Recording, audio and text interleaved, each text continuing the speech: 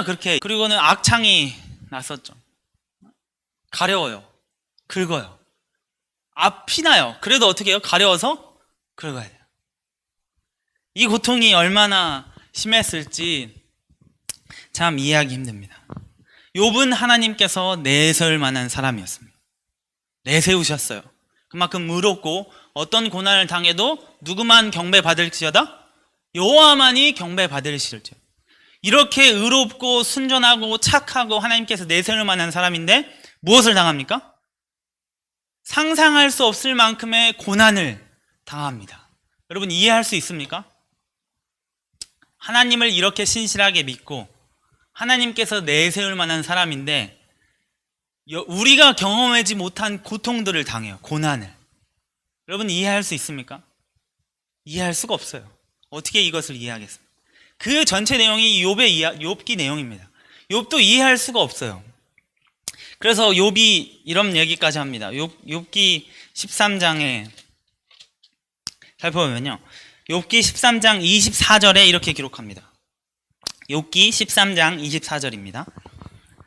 나의 불법과 죄가 얼마나 많으니이까 나의 허물과 죄를 내게 알게 하옵소서. 24절 주께서 어찌하여 얼굴을 가리우시고 나를 주의 대적으로 여기시나이까. 욥이 뭐라고 얘기해요? 하나님 어째서 나를 당신의 적으로 삼으셨습니까? 얼마나 고통스러우면 욥이 이렇게 얘기를 하겠습니까? 욥은 의롭고 선하고 하나님께서 내세울 만큼 대단한 사람이었는데 이렇게 욥이 이렇게 고백할 만큼 고통을 당합니다. 이해하기 힘듭니다. 이해하기 힘들어요.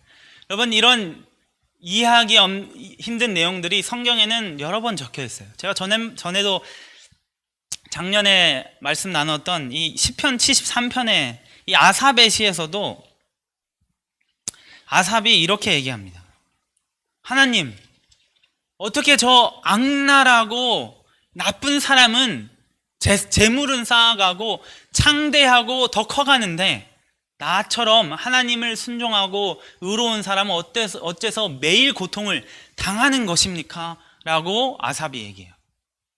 여러분 우리의 인생이 이렇습니다. 제가 많이 살진 않았지만 이 성경의 내용, 이 사람의 인생을, 인류의 인생을 보면 이렇습니다. 죄가 들어온 이후부터 이해할 수 없는 일들이 너무나 많아요.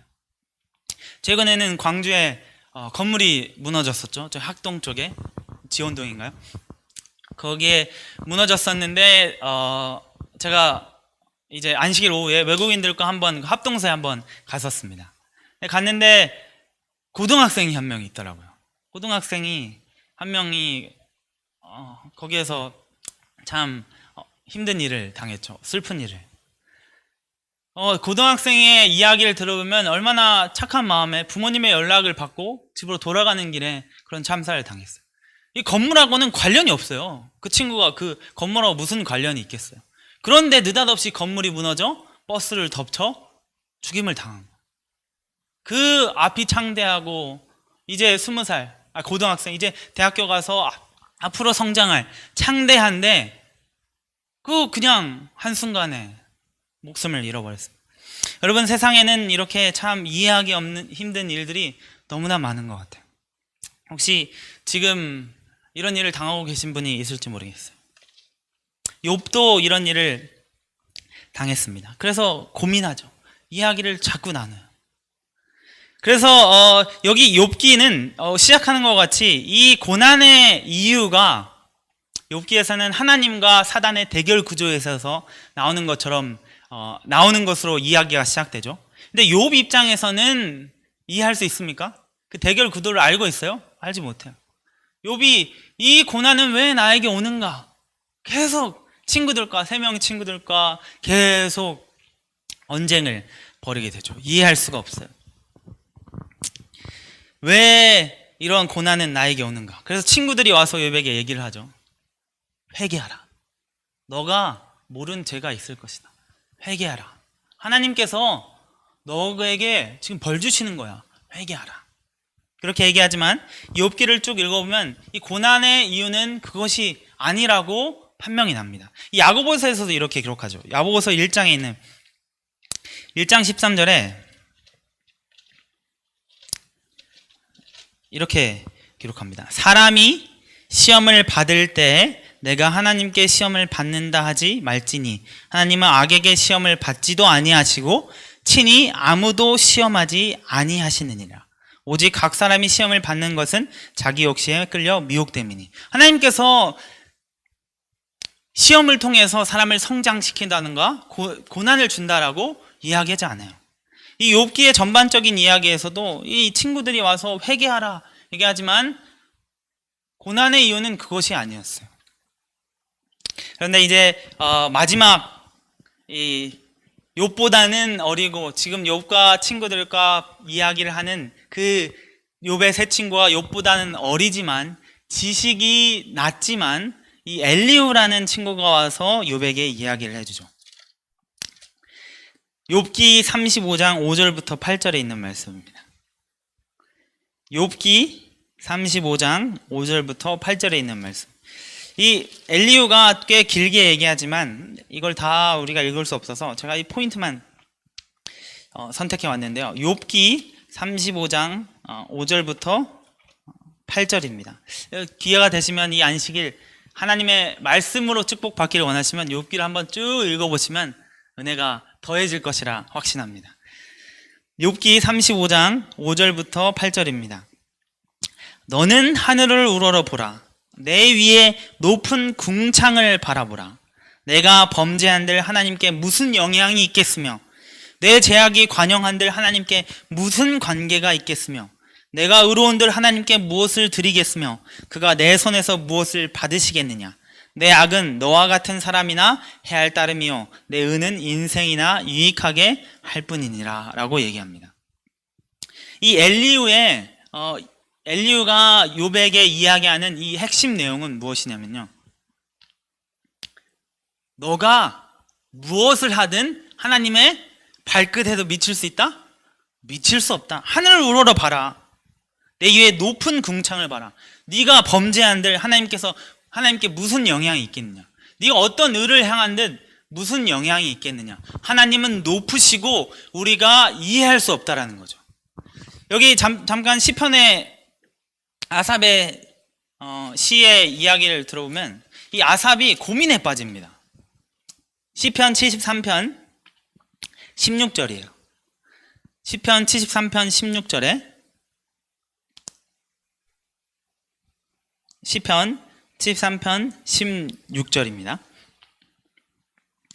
제가 읽으면 이 아삽이 왜 악한 자들은 더 커가고 이 하나님을 믿고 따르고 내 하나님의 율법에서 벗어나지 않는 나는 왜 매일같이 고난을 당하냐, 이 고민을 하다가 16절에 내가 어찌면 이를 알까 하여 생각한즉 내게 심히 곤란하더니. 아삽이 뭐예요? 고민하는 거예요. 왜 악인은 더 창성하고 의인인 나는 왜 이렇게 고통을 당하는가 하고 혼자서 심히 곤란해요. 아주 심히 곤란해서 고민에 빠지고 쿠스렁에 빠져 들어가는 거죠. 욥도 동일하죠. 욥도 고민하는 거예요. 친구들과 고민하는 거예요. 왜 시련이 오는가? 왜 나는 이런 시련을 당하는가? 고민. 해답이 나옵니까? 아무리 이야기해도 해답이 나와요? 해답이 나오지 않아요. 이 아삽도 아무리 고민해도 해답이 나오지 않습니다. 여러분, 제가 지금 통틀어 얘기하는 건 신정론이라고 신학적으로 얘기하는데 왜 악이 있는가? 하나님은 선하시는데 왜 악은 있는가? 이 질문은 죄악이 들어온 후로부터 계속 질문되어 왔어요. 유명한 신학자들도 그중에 한 C.S. 루이스, 순전한 기독교를 기록한 영국의 이 학자는 교회를 떠났습니다. 이 질문 때문에. 하나님은 선하신데 왜 악이 존재하는가? 유명한 학자거든요. 교회를 떠났어요. 20살 초반에 우리 대학생 나이 때 왜 하나님은 선하시는데 악이 있는가라고 고민하다가 심히 고만하고 곤란하더니 교회를 떠났어요. 그런데 20살 후반이 돼서 다시 돌아왔습니다. 성경을 통해서 다시 돌아왔죠. 여러분, 우리가 이해할 수 없는 부분들이 너무나 많고 이 광주 건물 사건 그 외에 이해할 수 없는 일이 너무나 많아요. 나는 하나님의 말씀을 따라 살려고 하는데 왜 나에게 이렇게 시련이 찾아오는가라는 질문을 우리는 너무나 많이 던질 거예요. 그에 대해서 고민하고 심히 곤란할 거예요. 그렇지만 여기 욥과 이 아삽처럼 혼자 고민해서는 답을 찾을 수가 없습니다. 심히 곤란해질 뿐이에요. 아삽처럼 심히 곤란해서 고통 가운데 있어요. 그런데 이 시편 13편 17절에 이렇게 기록하죠. 하나님의 성소에 들어갈 때야 저희 결국을 내가 깨달았나이다. 답을 찾지 못해요. 혼자서는. 여러분, 이 답은 우리가 찾을 수가 없습니다. 찾으려고 할수록 더 수렁에 빠져 들어간. 아삽이 어디서 찾았습니까? 하나님의 성소에 들어가니까 어떻게 했어요? 깨달았습니다. 욥도 동일합니다. 욥도 친구들과 언쟁하고 고민해요. 그리고는 엘리후가 찾아오죠. 엘리후가 아까 제가 말씀 읽었던 것처럼 엘리후가 어떤 얘기를 하면 너는 하늘을 우러러 봐봐라. 하늘을 한번 봐봐라. 얼마나 높냐. 내가 범죄한들 하나님께 어떤 영향이 있겠느냐. 네가 의로운들 하나님께 무엇을 드리겠느냐. 우리는 너무 하찮고 낮기 때문에 하나님과 비교할 수 없는 것이죠. 여러분, 우리가 이런 문제, 이 신정론, 왜 하나님께서는 의로운 우리에게 시련을 주시는가? 왜 무고한 시민들은 고통을 당하는가? 라는 질문을 던졌을 때 이런 질문을 가지고 우리가 하나님을 과소평가할 때가 너무 많습니다. 그런 결론을 우리가 도달하는 게 대부분이에요.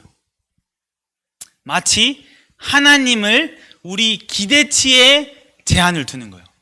내가 기대하는 만큼이 하나님의 능력인 거죠. 내가 기대하는 거는 이만큼이야. 하나님께서는 이 정도의 능력만 가지고 있어. 라는 게 우리의 생각이라는 거죠. 여러분, 마치 우주의 크기가 좋은 예가 되는데요. 여러분, 우주가 이 지구가 있죠. 우리로 시작해서 대한민국, 우리부터 시작하면 우주의 크기를 알아볼 때 저희 여기 있고 대한민국 그리고 지구가 있죠. 이 지구가 이 달이 있고 이것을 이루는 걸 태양계라고 하죠. 이 태양계를 이루는 걸 은하계라고 합니다. 근데 은하계를 또 이루는 것을 은하군이라 그래요. 또 이루는 것을 초은하계예요. 그런데 이 단위를, 이 크기를 계산하지 못해서 쭉쭉쭉 하다가 학자들이 어떻게 결론을 내느냐? 이 우주는 우주 거대 구조물이라는 결론을 내렸어요. 그러니까 단위를 매기다가 멈춘 거예요. 그래서 학자들이 얘기하죠. 우주는 아직도 팽창 중이기 때문에 아직도 커져가고 있기 때문에 이 크기를 알 수가 없다라는 거예요. 여러분, 이걸 누가 만드셨어요? 하늘을 우러봐라. 내 위에 높은 궁창을 바라보라. 누가 만드셨어요? 하나님께서 만드셨어요. 여러분, 우리는 우주의 크기조차도 알 수가 없습니다. 근데 그걸 만드신 분이 누구예요? 하나님이라는 거죠. 하나님. 그런데 우리가 고난 당했다고, 우리가 이해할 수 없는 상황에 놓였다고 해서 우리가 하나님을 우리가 생각하는 기대치에 멈춰놓고 이 문제를 해결하려니까 심히 곤란하게 빠지는 거예요. 여러분, 욥기에 엘리후가 욥에게 대답을 주고 그리고는 하나님께서 친히 오셔서 욥에게 이야기해 주십니다. 욥에게 답변을 주셔요. 근데 답변이 참 더 읽는 우리들에게는 더 참 힘들게 만듭니다. 하나님의 답변이 욥기 38장부터 41장까지 이루어져 있는데요. 쭉 읽어보면 제가 이 소 제목들만, 이 매장 소 제목들만 읊어드리겠습니다. 이 38장의 소제목은 물리적인 우주는 하나님을 드러냄. 38절의 4절에 이렇게 기록해요. 내가 땅의 기초를 놓을 때에 내가 어디 있었느냐? 내가 깨달아 알았거든 말할지어다. 39장의 소제목은 하나님, 동물의 생활은 하나님을 드러냄. 그리고 39장 5절에는 이렇게 기록합니다. 누가 들나귀를 놓아 자유하게 하였느냐? 누가 빠른 나귀에 매인 것을 풀었느냐? 40장에는 하마와 악어는 하나님을 드러냄. 이게 소제목입니다. 그리고 40장 9절에 내가 하나님처럼 팔이 있느냐? 하나님처럼 우렁차게 울리는 소리를 내겠느냐라고 해요. 제가 짧게 간략하면 욥이 가진 질문, 하나님 왜 나에게 고난이 옵니까? 라는 질문에 대한 하나님의 대답은 우리가 읽을 때 동문서답이에요. 하나님 다른 얘기만 하세요. 무엇을 얘기하시면 나는 위대하다 라는 것만 말씀하십니다. 내가 하나님처럼 팔이 있느냐? 누가 들나귀를 만들었느냐? 내가 땅에 기초를 놓을 때 너는 어디 있었느냐? 나는 위대하다 라는 것이 하나님의 답변. 욥기를 이번 안식일에 여러분이 욥기를 통해서 은혜 받으셔서 이 쭉 한번 읽어보세요. 하나님께서 답변하신 건 나는 위대하다요. 너가 생각하는 나의 능력, 너의 기대치는 이 정도인데 나는 그거보다 뭐하다? 훨씬 너가 상상할 수 없는 만큼 위대하다라는 거예요. 위대하다. 여러분, 욥이 하나님의 이야기를 듣고 오늘 본문의 말씀처럼 42장 5절에 이렇게 기록하죠. 내가 주께 대하여 귀로 듣기만 하였었더니 이제는 눈으로 주를 배움나이다. 욥이 하나님을 귀로만 들을 수 있어요. 욥이 생각하는 하나님의 능력과 한계는 이만큼이었는데 하나님께서 말씀하신 후에 이것은 우주처럼 팽창하고 우리가 기대할 수 없을 만큼, 상상할 수 없을 만큼 하나님의 능력과 하나님의 사랑과 하나님은 거대하다라는 거죠. 그걸 깨달은 후에 욥이 이제는 내가 누굴 봅니까? 하나님을 정말 볼 수 있게 됐습니다 라고 합니다. 여러분, 가끔 하늘나라 갔을 때 참 무료한 삶이 되지 않을까 이런 생각을 하셨었던 적이 있었죠. 저도 있었는데, 여러분, 하나님은 무한하십니까? 우리가 생각할 수 없을 만큼 거대하십니까? 무한하십니다. 우리는 하늘 가서 하나님 아는 걸로 멈출 수 없는 삶을 살 거예요. 하나님을 알아가는 대로. 여러분, 신앙은 하나님을 알아가는 것입니다. 하나님을 알아가는 거예요. 하루하루 우리의 신앙이 커가는 것은 하나님을 알아가는 거예요. 하나님을 알아가는 거. 그 알아가는 것의 선두주자는 이 두 선두주자가 있죠. 언제나 교회에서 강조하는 것, 말씀과 기도입니다. 말씀과 기도를 하지 않으면 하나님을 알아갈 수가 없어요. 아삽이 스스로 고민하고 찾으려고 했지만 더 곤란해졌어요. 하지만 성소에 들어가서 하나님을 통해서 알았을 때 해답을 찾았어요. 욥도 고민에 빠졌어요. 하지만 하나님께서 말씀하신 후에 욥이 해답을 찾았습니다. 여러분, 말씀과 기도를 통해서 우리가 하나님을 알아갈 수 있어요. 특히 기도의 역할은 여러분 대단합니다. 오늘 하루 살아가는데 제가 기도를 하지 않고 시작했어요. 하나님, 하루 시작하는데 하나님께 기도하고 시작했어요. 하나님, 오늘의 삶을 인도하시고 모든 위험으로부터 저를 지켜주십시오 하고 기도하고 하루를 끝냈을 때, 또 끝나는 기도로 하루를 마쳤을 때 우리는 하나님께서 오늘 나를 보호하셨구나를 알 수 있게 돼요. 기도하지 않으면 우리는 이것조차 생각할 수 없어요. 오늘 그냥 지나갔구나.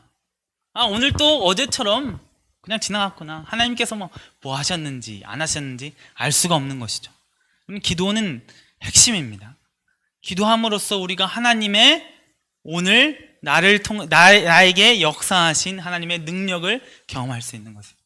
그걸 통해서 우리가 성장하고 성장하는 것입니다. 여러분, 우리가 끊임없이 성장해서 이 욥과 같은 고백, 내가 주께 대하여 귀로만 듣기만 해왔었더니 이제는 눈으로 주님을 배웁니다 라는 게 우리의 고백이 되기를 간절히 바라면서 오늘 말씀을 마치겠습니다. 기도하시겠습니다.